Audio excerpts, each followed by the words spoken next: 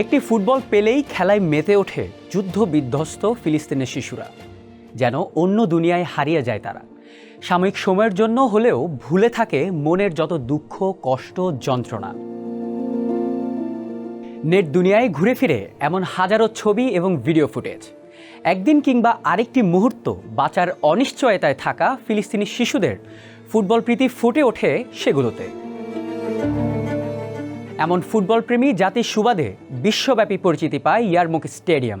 কিন্তু সেই ইয়ারমুক এখন আর মাঠ নয়, স্টেডিয়ামের কোনো চিহ্ন নেই সেখানে। ইসরায়েলি বাহিনীর ট্যাঙ্কের চাকার নিচে গুঁড়িয়ে গেছে ফুটবল, বুট, ঘাম আর গর্ব।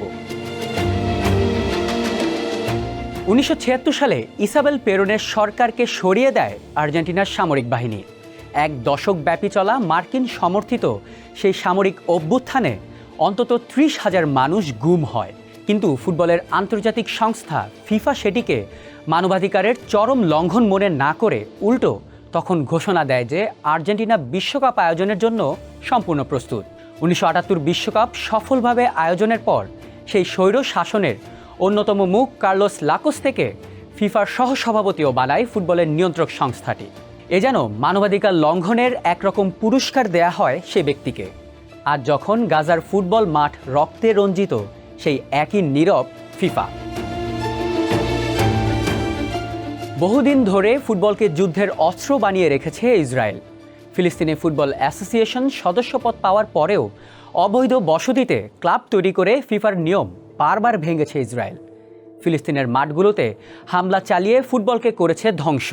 কারণ তারা জানে ফুটবল কেবল খেলা নয়, এটি প্রতিবাদের ভাষা, প্রতিরোধের ভাষা।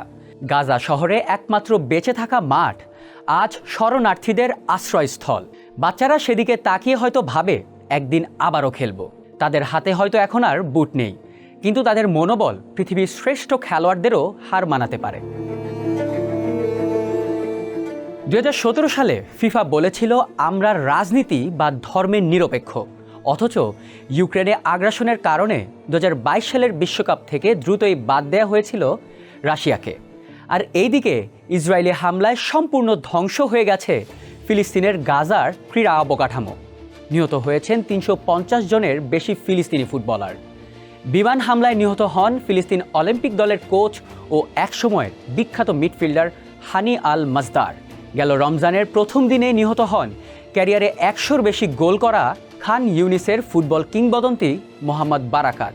ইসরায়েলের আগ্রাসনের কারণে একসময় 9,000 দর্শক ধারণ ক্ষমতা সম্পন্ন গাজা সিটির ইয়ারমুক স্টেডিয়ামও আজ এক ধ্বংসস্তূপ। এটিকেই অস্থায়ী বন্দি শিবির বানিয়ে বহু ফিলিস্তিনিকে বিবস্ত্র করে নির্যাতন করেছে ইসরায়েলি বাহিনী। কিন্তু তবুও ইসরায়েলের বিরুদ্ধে কোনো পদক্ষেপ নিচ্ছে না ফিফা। দিব্যি খেলে যাচ্ছে বিশ্বকাপের বাছাই পর্বে। তাহলে এই নিরপেক্ষতার মানে কি? ফিফার এই দ্বিমুখী নীতি শুধু ন্যায়ের প্রতি অপমান নয়, এটা ফুটবলের আত্মারই অবমাননা। ফিলিস্তিনে হামলার কারণে আজ বিশ্বজুড়ে শুরু হয়েছে প্রতিবাদ। তা ছড়িয়ে পড়েছে ফুটবল মাঠেও।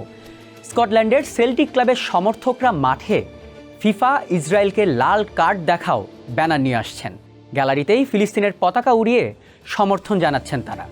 এই আওয়াজ ছড়িয়ে পড়েছে স্পেন, মরক্কো, আয়ারল্যান্ড, দক্ষিণ আফ্রিকা, এমনকি ব্রাজিল পর্যন্ত। কিন্তু ফিফা এখনও নীরব।